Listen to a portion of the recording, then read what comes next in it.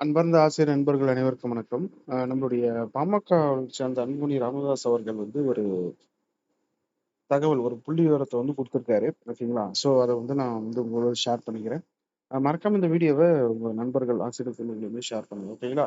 அதாவது என்ன சொல்லியிருக்காருன்னா, ஆசிரியர் பணியிடங்கள நிரப்பணும் அப்படின்னு சொல்லி கோரிக்கை வச்சிருக்காரு.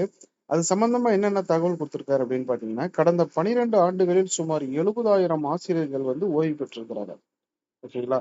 ஸோ இந்த லாஸ்ட் 12 வருஷத்துல பார்த்தீங்கன்னா, 70,000 பேர் ஓய்வு பெற்றிருக்காங்க. அதுல எவ்வளோ பேர் நியமிக்கப்பட்டிருக்காங்க? புதியதாக நியமிக்கப்பட்டவர்களுடைய எண்ணிக்கை பார்த்தீங்கன்னா, 17,380 அப்படிங்கிறத சொல்லியிருக்காரு. ஸோ ஒட்டுமொத்தமா 34,000 ஆசிரியர் பணியிடங்கள் காலியாக இருக்கு. அதுல இப்போ பார்த்தீங்கன்னா, பள்ளிக் கல்வித்துறை என்ன சொல்லியிருக்குன்னா நமக்கு 18,107 ஆசிரியர் பணியிடங்களை நிரப்பணும்.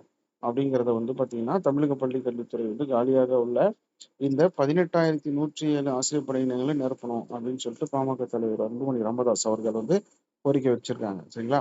ஏன்னா இப்ப நமக்கு இந்த லாஸ்ட் வீக் பார்த்தீங்கன்னா, நம்ம பள்ளிக் கல்வித்துறையே இத்தனை பணியிடங்கள் காலியா இருப்பதாக தகவல் குடுத்திருக்காங்க. ஓகேங்களா? ஸோ அந்த பணியிடங்கள் எல்லாம் நிரப்பணும். அது மட்டும் இல்லாம 34,000 ஆசிரியர் பணியிடங்கள் காலியாக இருப்பதாக கணக்கிடப்பட்டுள்ளது அப்படின்னும் சொல்லியிருக்காரு. ஸோ ஏன் இத சொல்றாருன்னு பார்த்தோம்னா, நம்ம லாஸ்ட் 12 வருஷத்துல 70,000 பேர் ஓய்வு பெற்றிருக்காங்க.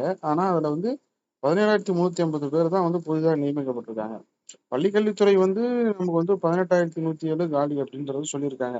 ஸோ அப்போ பார்த்தீங்கன்னா, ஒட்டுமொத்தமா நமக்கு 34,000 ரிமைனிங் இருக்கு அப்படின்னு சொல்லிட்டு. அது மட்டும் இல்லாம இந்த பள்ளிக்கல்வித்துறை சொன்ன இந்த 18,107 ஆசிரியர் பணியிடங்களை நிரப்பணும் அப்படின்னு சொல்லிட்டு நம்முடைய பாமக தலைவர் அன்புமணி ராமதாஸ் அவர்கள் தகவல் சொல்லியிருக்காரு. இத பத்தின உங்களோட கருத்துக்கள் தெரிவிங்க. மறக்காம சேனல சப்ஸ்கிரைப் பண்ணிக்கங்க. நன்றி.